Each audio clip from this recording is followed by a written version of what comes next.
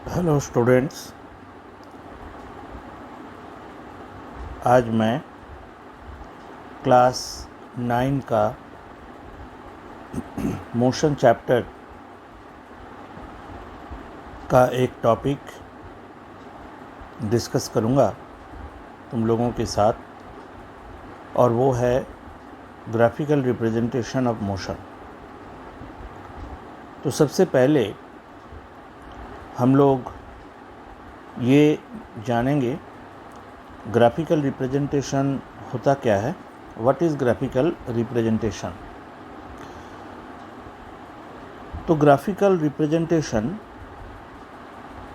का मतलब है किसी भी बॉडी के मोशन को ग्राफ की मदद से रिप्रेजेंट करना या बताना। तो यहाँ मैंने लिखा है graphical representation means to describe the motion of a body by the help of graph. Graph सभी को पता है कि एक डायग्राम है जो हम ग्राफ पेपर पे नॉर्मली ड्रॉ करते हैं, और उसके लिए हम दो एक्सिस यूज़ करते हैं and we call them as x axis and y axis। जब भी ग्राफ प्लॉट की जाती है या ग्राफ बनाई जाती है तो दो क्वांटिटीज़ के बीच हम ग्राफ प्लॉट करते हैं। उन दोनों क्वांटिटीज़ में एक क्वांटिटी के डाटा को हम x एक्सिस की तरफ और दूसरे क्वांटिटी के डाटा को हम y एक्सिस की तरफ रखते हैं।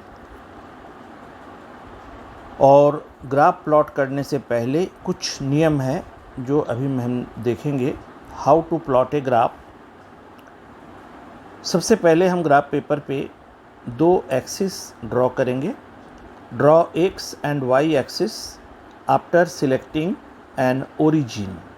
ग्राफ पेपर में हम एक पॉइंट चूज़ करेंगे जहाँ से हमारी दोनों एक्सिस एक्स और वाई स्टार्ट होगी।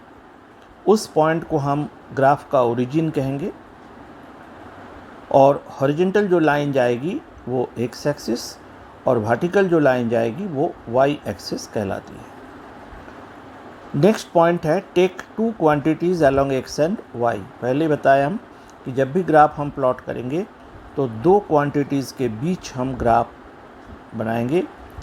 तो एक क्वांटिटी को हम एक्स एक्सिस की तरफ उसके डाटा को, और दूसरी क्वांटिटी के डाटा को हम वाई एक्सिस की तरफ रखेंगे। Select a suitable scale. Graph बनाने से पहले हमें ग्राफ पेपर पर जो छोटी छोटी बॉक्सेस बनी हैं उनमें हमें स्केल चूज़ करना पड़ेगा, यानी कितनी बॉक्सेस को हम 1 सेंटीमीटर या 1 सेकेंड या 1 मीटर मानेंगे, उसे हम कहते हैं स्केल चूज़ करना। Then plot the given data. अब हम डाटा को एक्स एक्सिस और वाई एक्सिस पर प्रॉपर इंटरवल पर, यानी जो स्केल हमने चूज़ किया उस स्केल को मानते हुए डाटा को लिखेंगे। Then draw the graph by using free hand और स्केल। अब ग्राफ दो तरह की हो सकती है, या तो वो स्ट्रेट लाइन होगी या फिर वो कर्व लाइन होगी। अगर स्ट्रेट लाइन है तो हम एक स्केल की मदद से जो भी हमारी पॉइंट्स हैं ग्राफ में उन्हें मिलाते हुए स्केल की मदद से हम एक स्ट्रेट लाइन ड्रॉ करेंगे। और अगर वो कर्व लाइंस हैं तो फ्री हैंड यानी पेंसिल को उस सभी पॉइंट्स के ऊपर हम घुमाएंगे और एक कर्व लाइन हमें उस ग्राफ में बनानी है, उसे कहते हैं फ्री हैंड ड्राइंग। तो इस तरह से हम एक ग्राफ प्लॉट करेंगे। And the last point is do the calculation as per graph. कोई भी ग्राफ बनाने के बाद हमें उस ग्राफ में कुछ कैलकुलेशन करने की ज़रूरत पड़ेगी, तो हम उस ग्राफ की मदद से उस कैलकुलेशन को करेंगे। जैसे हो सकता है वो स्पीड की कैलकुलेशन हो सकता है वो एक्सेलरेशन की कैलकुलेशन हो सकता है वो डिस्टेंस ट्रैवल की कैलकुलेशन। तो वो जो भी कैलकुलेशन है उसे हम करेंगे। तो हमें क्लास 9 में जो ग्राफ बनाना है और पढ़ना है, उसमें पहला आता है डिस्टेंस वर्सेस टाइम ग्राफ। यानी जो दो क्वांटिटीज़ की बात हमने की, एक्स और वाई एक्सिस की तरफ लेंगे, उनमें से एक है distance travelled bye a body. जब भी हम बॉडी की मोशन की बात करेंगे तो डेफिनेटली बॉडी जब मोशन पे होगी तो डिस्टेंस ट्रैवल करेगी। तो एक तरफ डिस्टेंस और दूसरी एक्सिस में हम टाइम, यानी जब बॉडी डिस्टेंस ट्रैवल करेगी तो टाइम लगेगी। तो कितनी समय में कितनी डिस्टेंस ट्रैवल की, तो दो क्वांटिटी हमारी, डिस्टेंस एक और एक टाइम होगी। तो पहला हमारा जो ग्राफ होगा वो डिस्टेंस और टाइम के बीच, तो इसमें भी हम अलग अलग तरह के ग्राफ प्लॉट करेंगे। तो पहला ग्राफ हमारा होगा distance time graph for a stationary object.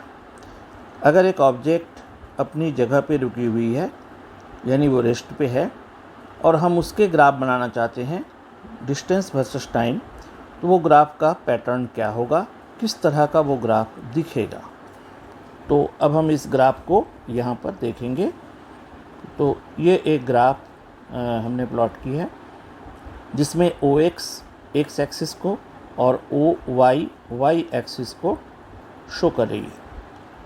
अब एक्स एक्सिस में हमने इक्वल इंटरवल पर T1, T2, T3, T4, T5 ये टाइम को हमने ली है, और वाई एक्सिस पर हमने डिस्टेंस ली है।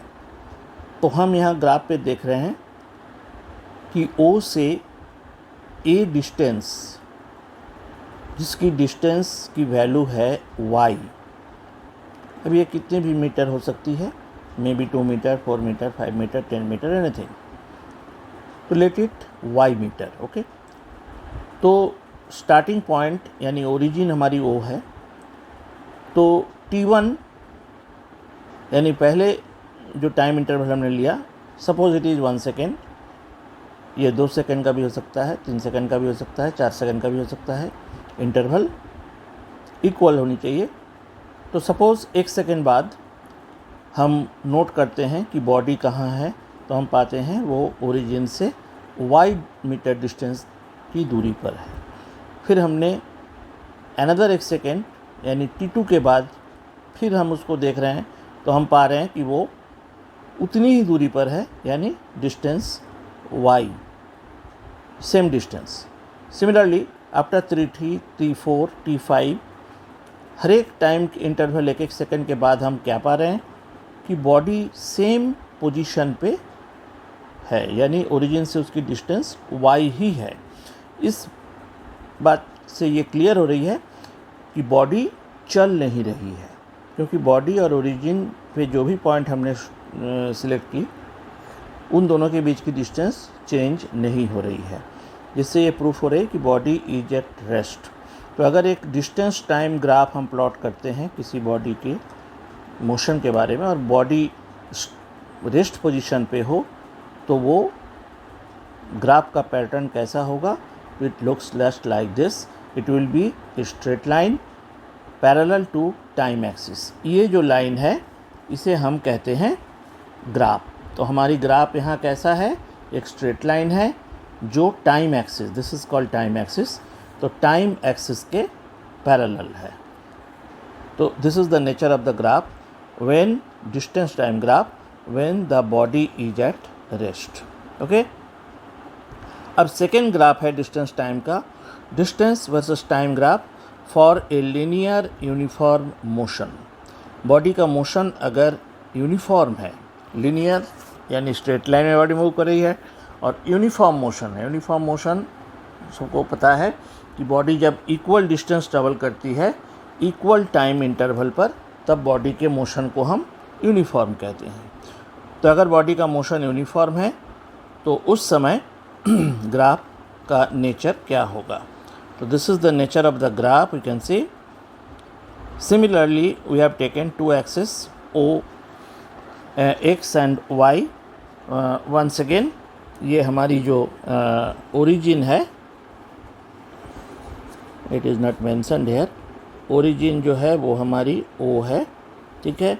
तो OX और OY these are the two access.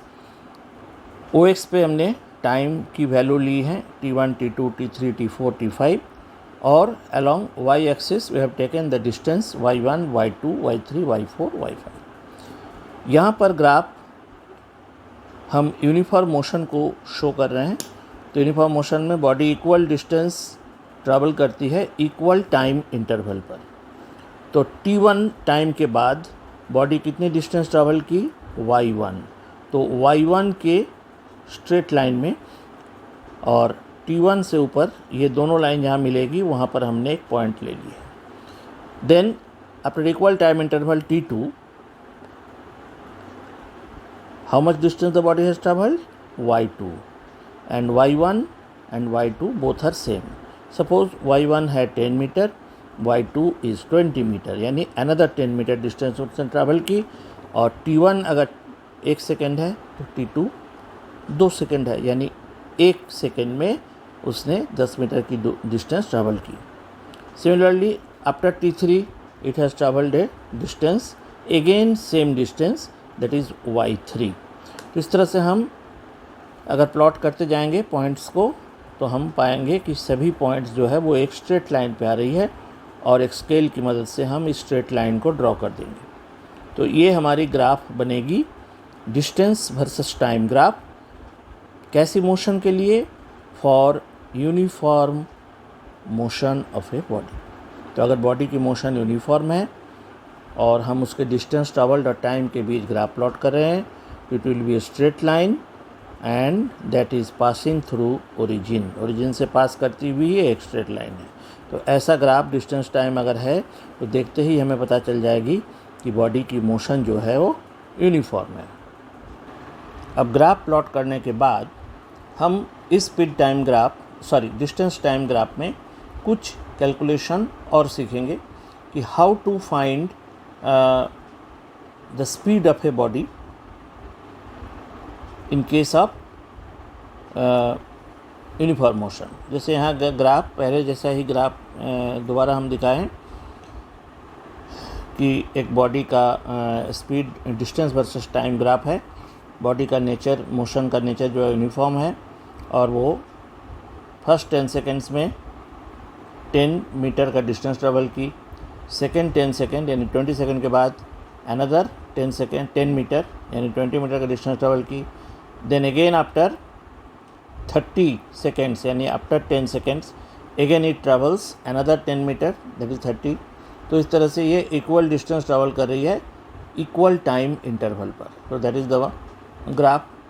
अब इस ग्राफ में हम क्या करेंगे, क्या सीखेंगे, determination of speed from linear uniform motion. अगर बॉडी का मोशन यूनिफॉर्म है तो हम ग्राफ की मदद से स्पीड निकाल सकते हैं। तो लेट अस सी कैसे निकलेगा वो। हमने क्या किया कि इस ग्राफ में, दिस इज़ आवर ग्राफ क्योंकि एक स्ट्रेट लाइन है, 2 points P and Q are considered. हम 2 पॉइंट यहाँ कंसिडर कर लिए, यानी कहीं पर भी 2 पॉइंट कंसिडर कर सकते हैं।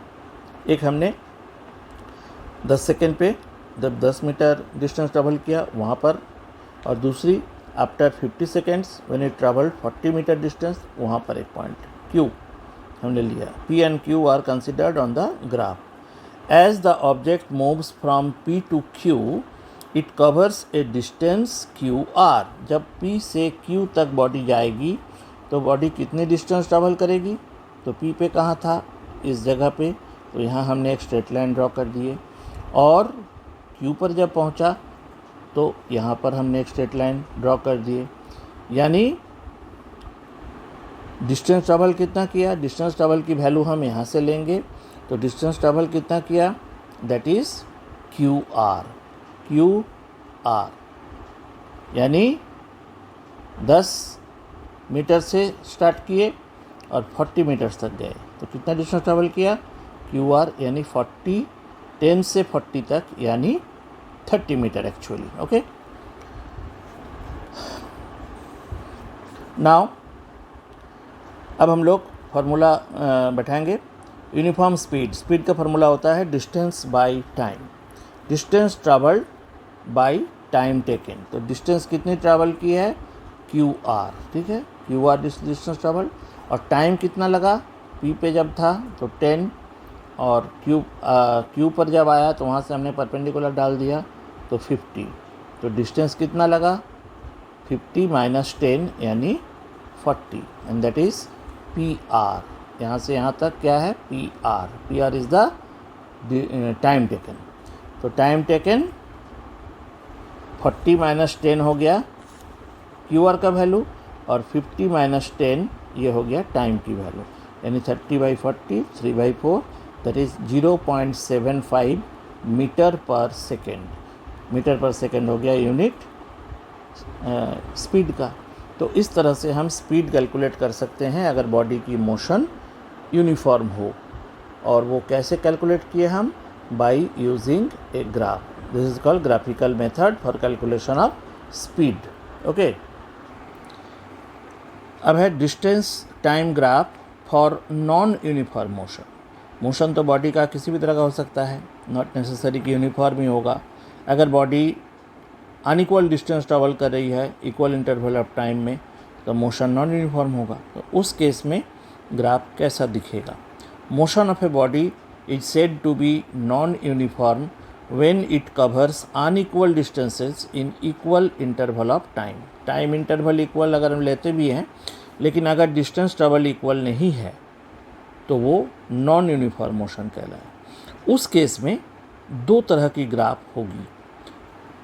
There will be two cases. पहला, इंक्रीजिंग स्पीड।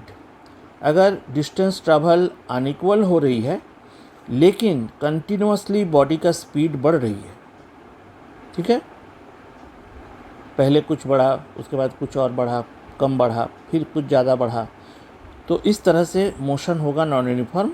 लेकिन नेचर होगा कि कॉन्स्टेंटली, जैसे यहाँ पर इस ग्राफ में हम देख रहे हैं डिस्टेंस वर्सेस टाइम में, पहला 2 सेकेंड में वो 2 मीटर चला, लेकिन नेक्स्ट 4 सेकेंड में वो 6 मीटर चल गया, यानी स्पीड बढ़ गया। उसके बाद फिर 6 सेकेंड में वो 8 मीटर चला, तो स्पीड पहले से थोड़ा कम बढ़ा लेकिन बढ़ा। फिर 8 सेकेंड के बाद 12 मीटर चल गया, तो फिर बढ़ा। तो कॉन्स्टेंटली हम क्या देख रहे हैं कि स्पीड जो है वो बढ़ रही है। तो इसे हम कहेंगे नॉन यूनिफॉर्म मोशन है, लेकिन इंक्रीजिंग स्पीड, स्पीड बढ़ रही है कॉन्स्टेंटली। सेकेंड क्या है, decreasing speed. Non uniform motion but decrease in speed. In first 2 second it has travelled 10 metre, in fourth second after 2 second again it travel 20 metre. तो distance same travel किया, लेकिन next में 6 में फिर 30। तो constantly क्या रहा है कि स्पीड घट रहा है। जब भी कोई कर्व लाइन हो या स्ट्रेट लाइन भी हो, लेकिन अगर ऊपर की ओर जा रहा हो तो वो वैल्यू जो है, जो भी चीज़ को वो शो कर रही है वो बढ़ रही है। तो यहाँ स्पीड को शो कर रहा है ये लाइन, यहाँ भी स्पीड को शो कर रहा है।